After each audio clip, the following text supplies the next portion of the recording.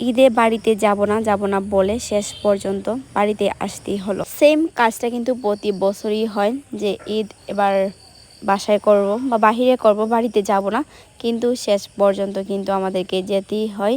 আর এই কাজটা যতদিন আমার আব্বু বেঁচে আছেন ততদিনই কিন্তু এই কাজটা হবে। যতবারই বলবো না যাব না যাব না, আব্বু কিন্তু শান্তি নেই, 100 বার ফোন দিবেন। যতবারই বলতেছিলাম না, আমি রাগ করছি না, এমনিতেই বাড়িতে ভালো লাগে না। যেহেতু আমি রমজান ঈদেও এসে বাচ্চাদের নিয়ে প্রচুর ডিস্টার্ব ফিল করছি, ওদেরকে সামলাইতে পারি না। তো তারা ভাবতেছে আমি হয়তো রাগ করছি। যাই হোক, অবশেষে বাড়ির উদ্দেশ্যে রওনা দিছি। কিন্তু যেহেতু ঈদের আগের দিন যেমন হবিগঞ্জ শহরের মধ্যে জ্যাম ছিল, ওই জ্যামে আমি ভয়ে ফোন বের করিনি।